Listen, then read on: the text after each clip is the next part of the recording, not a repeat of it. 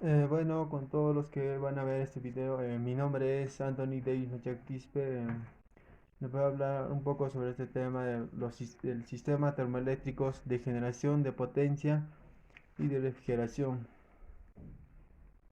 En resumen, los sistemas termoeléctricos de generación de potencia y de refrigeración se realiza buscando responder a la pregunta a muchos de nosotros. Eh, ¿Es necesario que un sistema de refrigeración sea tan complicado? ¿Será factible lograr el mismo efecto de una manera más directa? Estas preguntas se orientan a lograr el objetivo de recopilar y comparar información de sistemas termoeléctricos y de refrigeración y generación de potencia, como los efectos de Peltier y el efecto de Schweck y el efecto de Thomson. Bueno, como acá podemos ver, vemos una central térmica que consta de 21 componentes. Eh, los mencionados son parque de carbón y cinta transportadora, tolva, molino, la caldera, el cenicero, el sobrecalentador, recalentador, el economizador, calentador de aire, precipitador, desulfuración, chimenea, turbina de alta presión y turbina de media presión, turbina de baja presión, condensador, transformadores, torre de refrigeración, calentadores, generador y líneas de transporte de energía eléctrica. Bueno, eso sería ser parte de los componentes de una central térmica. En el desarrollo teórico, vamos a ver lo que es el efecto Joule para la central térmica. Se conoce como efecto Joule al fenómeno irreversible, por el cual si en un conductor circula de corriente eléctrica, parte de la energía cinética de los electrones se transforma en calor debido a los choques que sufren con los átomos del material conductor o semiconductor por el que circulan, elevando la temperatura del mismo. Eh, el nombre de este descubridor es el físico británico James Prescott Joule. Bueno, acá podemos ver una fórmula, ¿no? Donde Q es igual a la energía calorífica que producida por la corriente y I es la intensidad de la corriente que circula. R es la resistencia eléctrica del conductor y T es el tiempo. El efecto de Seebeck. Considere dos alambres de diferentes metales, nos dice, unidos en ambos extremos, en uniones formando un circuito cerrado. Bueno, acá podemos ver, ¿no? En la imagen donde el metal B, el metal A. Ordinariamente no ocurrirá nada. Sin embargo, cuando se calienta uno de los extremos, sucede algo interesante. Una corriente fluye continuamente en el circuito, como se observa en la figura. Esto se conoce como el efecto de Seebeck, en honor a Thomas Seebeck, quien realizó este descubrimiento en 1821.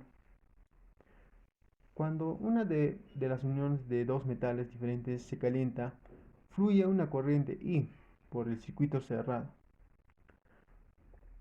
El circuito que incorpora efectos térmicos, además de circuitos eléctricos, se denomina circuito termoeléctrico. Eso viene a ser lo que es los efectos térmicos y además los circuitos eléctricos. Y un dispositivo que opera este circuito se denomina dispositivo termoeléctrico.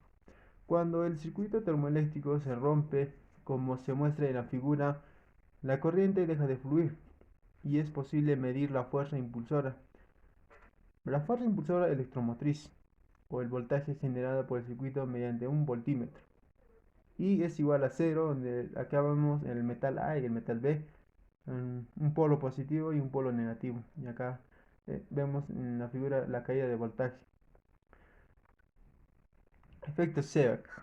Thomas Seebeck descubrió en que un circuito formado por dos metales distintos, homogéneos, A y B, con dos uniones a diferentes temperaturas, T y T más A y T, se establece un flujo de corriente eléctrica Joules, o bien, si se abre el circuito, una fuerza termoelectromotriz que depende de los metales utilizados en la unión y de la diferencia de temperatura entre dos uniones.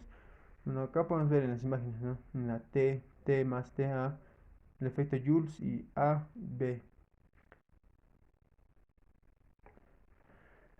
La relación entre la diferencia de temperaturas entre las uniones AT se define como el coeficiente de Seebeck. Acá vemos la fórmula de Seebeck, puede ver, ¿no? Donde A y B son respectivamente las potencias termoeléctricas absolutas de A y B y son características de cada metal. Bueno, acá están los metales, ¿no? A y B. Eh, en general, A y B no es constante, sino depende de la temperatura de T. El efecto Peltier. Jean-Charles Athanase Peltier, quien descubrió dicho fenómeno en 1834. Él observó durante sus experimentos que cuando una pequeña corriente pasada por la unión de dos alambres distintos se enfriaba, como se muestra en la figura, como podemos ver acá, ¿no? El calor rechazado, el calor absorbido, tierra, tierra y polo negativo y polo positivo. Esto se denomina el efecto Peltier y constituye de la base de la refrigeración termoeléctrica. Cuando una corriente pasa por la unión de dos materiales diferentes, la unión se enfría. El efecto Peltier. El efecto Peltier consiste en el enfriamiento o calentamiento de una unión entre dos conductores distintos. Al pasar una corriente eléctrica por ella depende exclusivamente de la composición y temperatura de la unión. Bueno, en esta figura vemos, ¿no? Donde el material B no se puede ver bien el material A. Y acá vemos un polo positivo, polo negativo. Este es el esquema del efecto de Peltier. La potencia calorífica intercambiada en la unión entre A y B es, acá vemos una fórmula del efecto de Peltier, donde pi AB es el coeficiente de Peltier, que se define como el calor intercambiado en la unión por unidad de tiempo y de corriente que circula a través de la misma. Joules es el flujo de corriente eléctrica. AT, la diferencia de temperatura absoluta entre A y B, y A alfa AB es el coeficiente de Seebeck. Bueno, acá podemos ver dos imágenes, ¿no? Por acá ingresa el frío por el semiconductor, donde el PN, NPN, los conductores. Acá podemos ver el oscilador, el conductores y los polos positivo y negativo. El efecto de Thomson. El efecto de Thomson consiste en la absorción o liberación de calor por parte de un conductor termoeléctrico homogéneo con el que una distribución de temperaturas no homogénea por el que circula una corriente. Eh, T, acá podemos ver en la imagen, ¿no? Donde Q intercambiando y T1 y T2, cómo fluye la corriente, ¿no? En un circuito cerrado. El flujo neto de la potencia calorífica por la unidad de volumen del conductor de resistividad con un gradiente longitudinal de temperatura por el que circula una densidad de corriente Joule será acá ven la fórmula de Thomson, ¿no?